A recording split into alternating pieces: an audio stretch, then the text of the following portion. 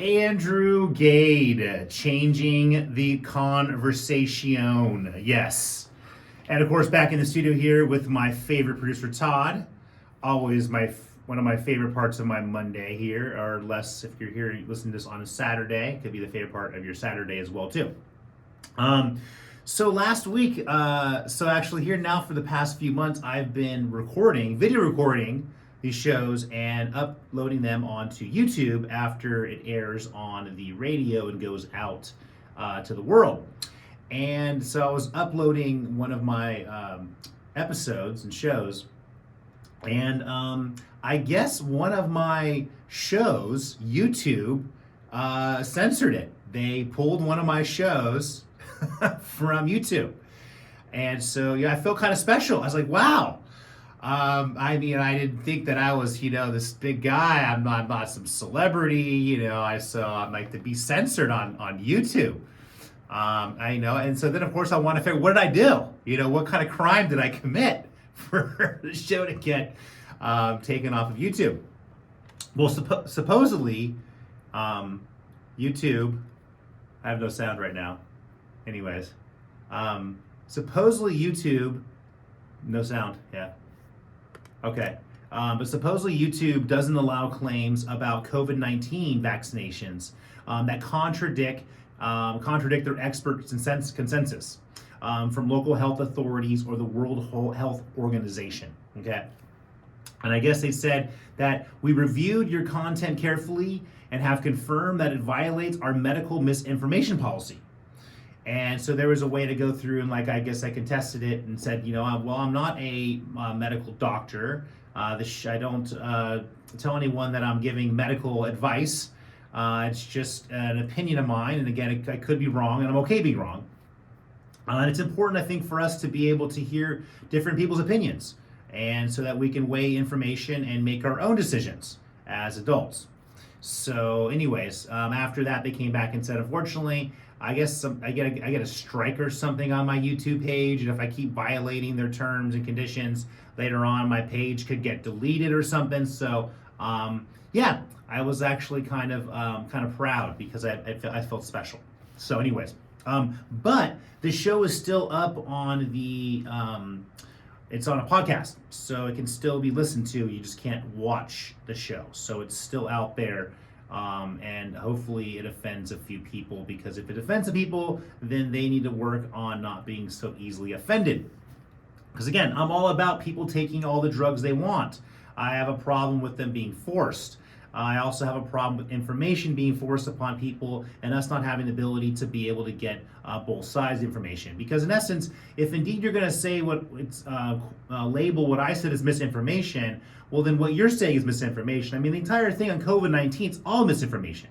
We've been lied to since day one. Now again, whatever you want to believe, that's up to you. But to be able to pick and choose what's true and what's false. Remember, just last week, the president, Mr. Joe Biden, he declared the coronavirus pandemic over. So is that misinformation? Because apparently it's not over. So are they going to censor him too? I guess there's still hundreds of Americans that continue to die from COVID-19 today. So I'm surprised that I'm getting in trouble for this misinformation, but our president. But he says all kinds of dumb stuff all the time. So I guess they're like, well, we're kind of used to him just saying dumb stuff. So I guess supposedly it's not over, but it's whatever his definition of over is. Just kind of like his presidency has been pretty much over since the day he started. But he's still a president. So there you go. I don't know the definition of over. And then, of course, in addition to that, I guess the United States has been worried because of the situation going on in Australia.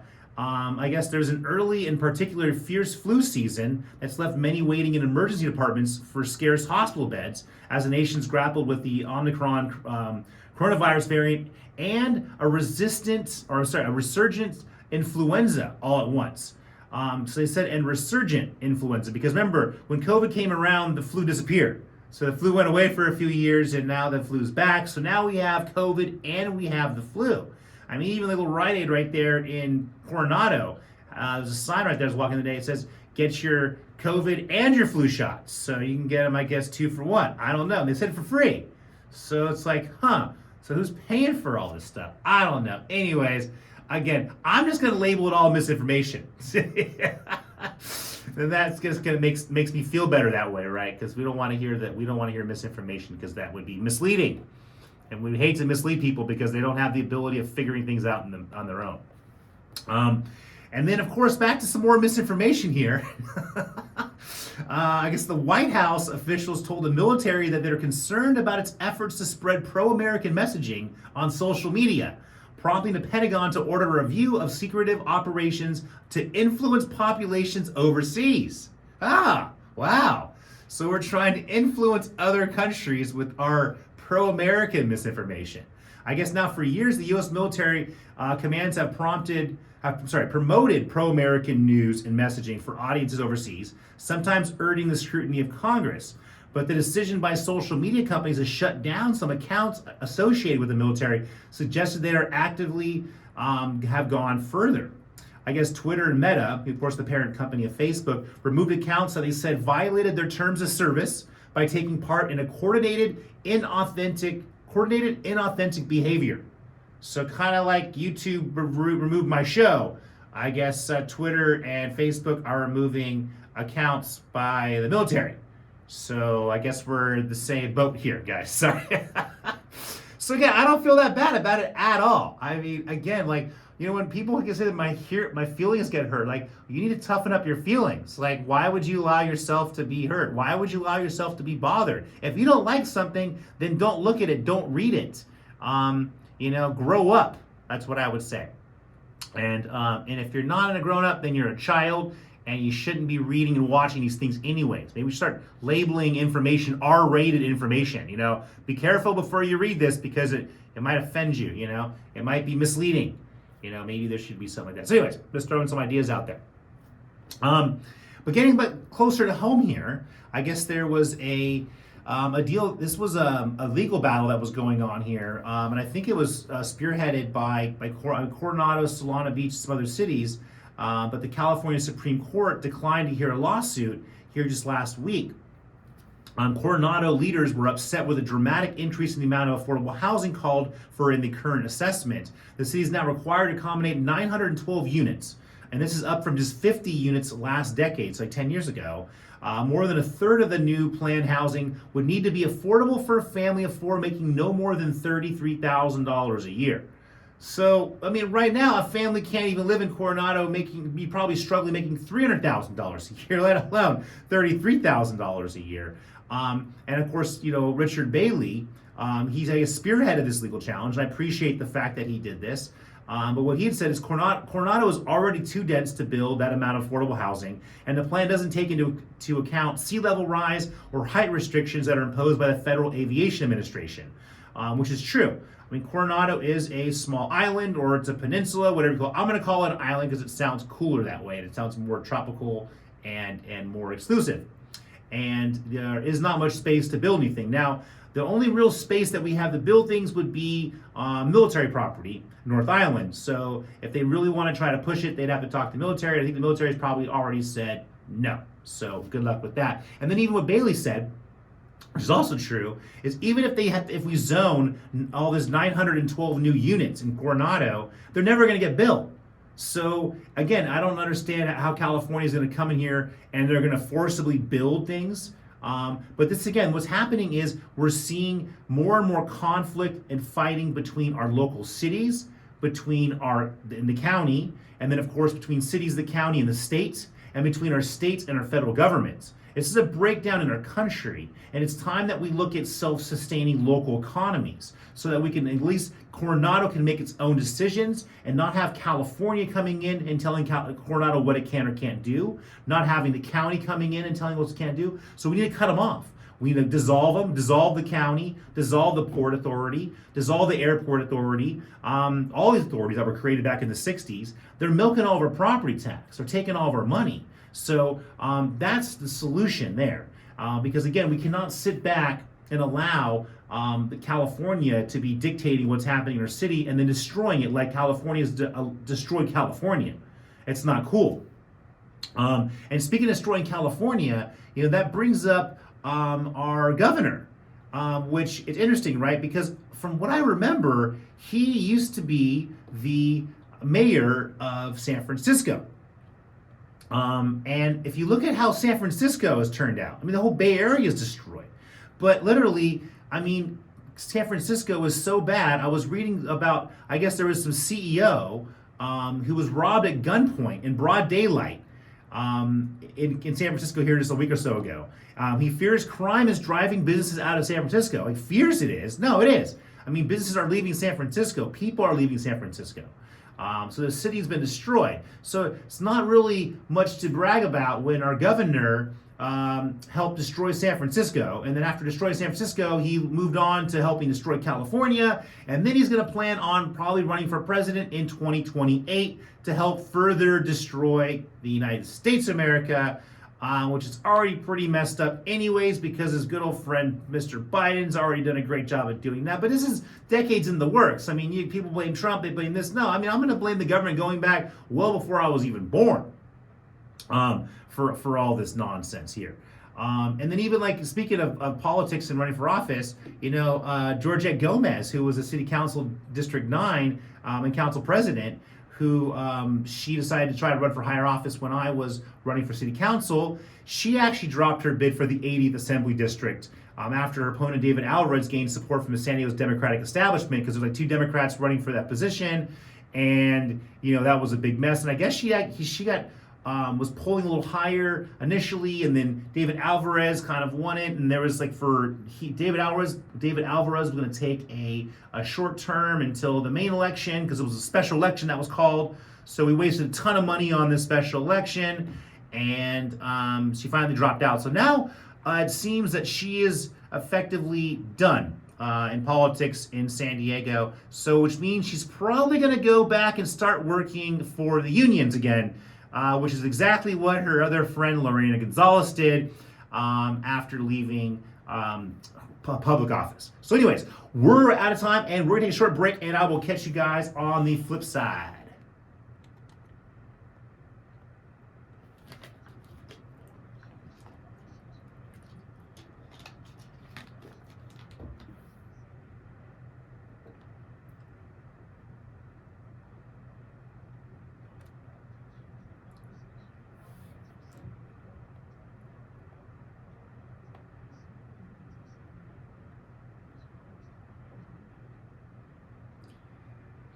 Mr. Gade back in the house. Yeah. So, all this fun politics stuff. I know I was just talking to my friend this weekend about some of my father, and how on Sundays, and I mentioned this before, but how on Sundays he would always be watching the political shows like the round tables, and I guess rounding up the week of politics. And it bothered me, because I would want to go and do things. Like, hey, Dad, when can we go do this? Well, after the show's over, and then a couple hours later, hey, Dad, when can we do this? Oh, after the show's over. And, of course, so for a few minutes, I would, listen to what he's watching, and it was a bunch of nonsense. A bunch of adults talking about a bunch of other adults, and it was a bunch of nonsense, and it was a bunch of politics. And the irony of that is that literally today, just under 40 years later, I'm hearing this same exact nonsense. This never ends. So, I love how we don't really talk about solutions, but if we want to solve the problem, what we have to do is we have to start from scratch. We have to stop doing what we've been doing that doesn't work and start doing something different. I believe that it's the definition of insanity to continue doing the same thing and expecting different results, which would make everyone pretty much insane. And that actually is kind of fitting, because no one's doing anything to solve any problems. Getting back to, like I said, when I came to Coronado, we need to create a self-sustaining, hyper-localized economies. We need to get rid of our representation model, the redistribution model. We need to get away from taxes. The only tax I'm okay with is a restructuring of property taxes, which I call my land use fee. Again, I've done this all over a dozen years ago, and I'm sitting around waiting for everyone else to finally realize, hey guys, maybe it's time we change something. Yeah, I know, it was a long time ago. But eventually, again, I'm not just going to give up because people say it's not possible. I'm going to keep working on it. All I need is a little bit of help, throwing it out there, all right? So when you guys are ready for it, I got a plan. We can get this done. In the meantime, we're going to keep complaining about all the problems, okay? Along with myself here. Because I guess that's entertaining. People like complaining. It's just, I guess they like complaining more than not complaining. And another thing that's obviously a big deal is the good old homelessness. Yeah, because we keep on feeding them and they keep coming back. So I guess that's the problem there. But yet we can't, hardworking people are struggling to afford food. So maybe we should stop feeding the homeless and we should start feeding working people. Just throwing it out there, another crazy idea. But San Diego County officials awarded a total of about $5 million in grants to 3 cities as part of a $10 million program to increase shelter options for people living in encampments and other vehicles. Meanwhile, I like this one here. I guess our Senator Brian Jones, I think he's here local like Santee or something like that, is working on a bill that would prohibit encampments near parks, schools, libraries, and other areas, allowing law enforcement to dismantle the makeshift camps. And I believe this has something to do, is modeled a little bit after LA County's law, which banned homeless encampments within a certain distance of schools. And this one's going even further. It's going to be a state law, parks, schools, libraries, and other areas. So I like that, other areas. So how about we just say all areas and within 10 miles? Yeah, so you can't have an encampment anywhere on a public street or road, but you can have an encampment out in a vacant lot outside of the incorporated area of a city, i.e. in the middle of the desert. There you go. Just throwing out some ideas right there. And that way we're not going to have to worry about it. And you guys can all camp and live happily ever after. Because unfortunately, if you can't live in society and follow the rules and the laws, then you shouldn't be allowed to be here. Yeah, I know. That's just the way it is, guys. I'm sorry, but Mom told me that when I was a child. I don't know what happened to these people. Maybe these people that are homeless, live in encampments, maybe they didn't have parents. Maybe they were never taught these lessons. Again, but if unfortunately they can't follow the rules, then they're going to have to go. Because remember, rolling around in stolen shopping carts should be a crime because it's stolen property. I don't know why we're not arresting people for shopping cart theft. But anyways, and they wouldn't be on the camp, then they'd be in jail. We'd be paying for that, and then there's going to be more money wasted on nothing. So yeah. Anyways, good idea. Make that bill and send the homeless camping permanently away from everyone else. And then a good old California, because we like to pass laws. Every once in a while, a guy like Brian Jones comes up with a good idea. Most of the time, not so good ideas. But California regulators could soon ban the sale of diesel big rigs by 2040.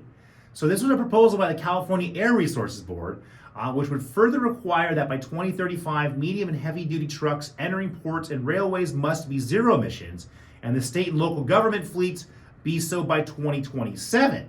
The new regulations would likely demand a radical buildup of electrical charging infrastructure, placing new stresses on California's already fragile power grid and force the trucking industry to reshape how it does business.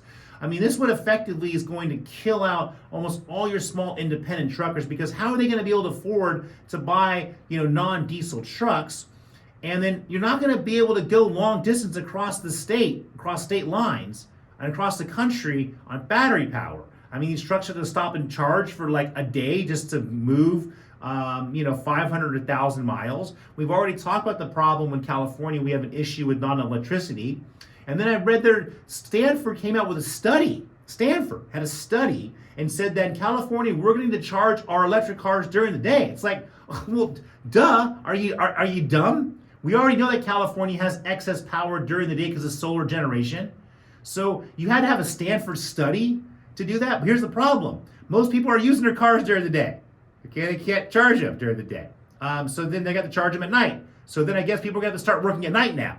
And then sleeping during the day, because that way they can charge the cars during the day and they're going to work through the middle of the night, and then that's going to solve the problem. Again, or maybe you have to put parking structures everywhere all over the place and at everyone's work, and put solar panels there. They can charge them that way too. So again, there's some ideas out there. Or how about this? Everyone just works from home. I mean, no one wants to go back to the office.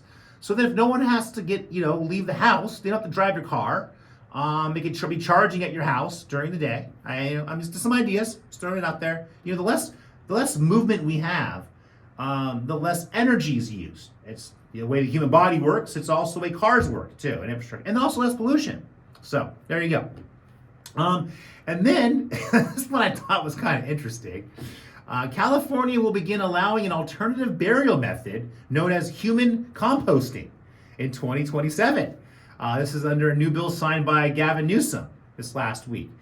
So I guess this trend started where there's a company and they take your body or something and or they give you seeds and you put your body in the ground, you throw some seeds in there and the tree grows. So I didn't know that human bodies were a good compost, but supposedly now you can be cremated, you can be buried, or you can be composted. So I kind of like that. I mean, I think that I'm going to go for the composting option.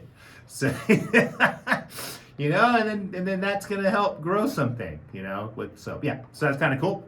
Good job, Gavin Newsom. I'm gonna back you on that one. All right, human composting. Now this is the problem though. See, this might become an issue with criminals because they're gonna kill someone, throw your body in the ground, throw some seeds, grow a tree, and then there's no way you're ever gonna be able to recover the body. So, because I mean, obviously all those barrels that are showing up with bodies in Lake Mead, trees don't grow out in the middle of the desert in Vegas anyway, so it's easier to dump them in the lake or dig a hole, I guess, in the sand. And then also getting back to cars here, the National Transportation Safety Board is recommending that all new vehicles in the United States be required to have blood alcohol monitoring systems that can stop an intoxicated person from driving. So, so we're going to have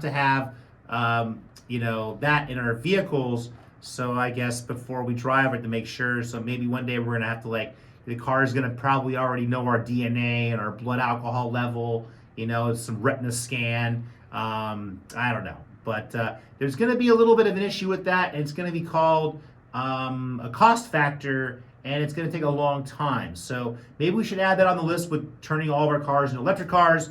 We're also going to have all of our cars have blood alcohol monitoring systems as well. Another reason to stay at home and not drive anywhere, right? So that way you can get all intoxicated up in your house, watch all that bad news on the TV, and not have to drive anywhere. But, speaking of that, is staying at home, I kind of jealous of Alaskans. I forget that that's part of our country. It's kind of way up there north next to Russia, our other really good friend up there. But every Alaskan got a financial windfall amounting to almost $3,000 last week or so. The day the state began distributing payments from Alaska's investment fund that has been seeded with money from the state's oil riches. So again, in Alaska, they make so much money off of oil, they actually give their residents and citizens money. It's like, wait a second, didn't California have tons of excess money laying around? So can't California give money to their residents, to help out with stuff like that too? So, I think Alaska's kind of doing it right. So maybe I should start looking at moving to Alaska. That's kind of far away, I don't know. But maybe we can learn from Alaska's model, and if we had a more efficient government, then we could actually start taxing less and giving excess money back to our hardworking citizens. Just an idea. This one struck kind of close to home though. But we had that earthquake in Mexico. It was a 6.8. This, I think on Thursday, there was a 7.6 that hit just 3 days before. But what's interesting about this was it was the third major earthquake to strike on September 19th. So in 1985, 2017, and in 2022, all on the same day. Now in 1985, that one struck and literally there was over 10,000 people died. 2017, a couple hundred, and I think 2022, we lost a few people. Even my condo in Puerto Vallarta, actually, we had some very minor damage to the condo there, which was kind of surprising. So I always don't even think about there being earthquakes in Mexico because there's no COVID there. I forgot that they have earthquakes there. I thought earthquakes were in California, but then I realized that California is kind of connected to Mexico, and I put two and two together, and there you go. Also, and this one is interesting, this is in Iran. Iranians experienced a near total internet blackout. So I guess the Iranian government cut their internet because there's been a bunch of protests going on over the government over the death of a woman held by the country's morality police for allegedly violating its strictly enforced dress code. I guess she wasn't wearing one of her mandatory Islamic headscarves. It was being worn too loosely. There's some 22-year-old woman, and I guess she died in custody. But here's the thing: they have a morality police. So it's kind of like, we have our misinformation police here, and then I guess this reminds me of George Orwell in 1984, and I think that was what was the police they called that again in there? I think it was something similar. It was like a morality police, or it was, anyways, very similar, but kind of scary. And the fact that literally this is happening today, it's come upon us. So good old George Orwell had it right back when he wrote his book in 1984. And anyways, guys, we're out of time again. Love you guys out there. And thought police, there you go. Thought police, morality police, misinformation police. They're all over the world and they're catching us. So anyways, guys, love you guys out there. Have a great week and I'll catch you next.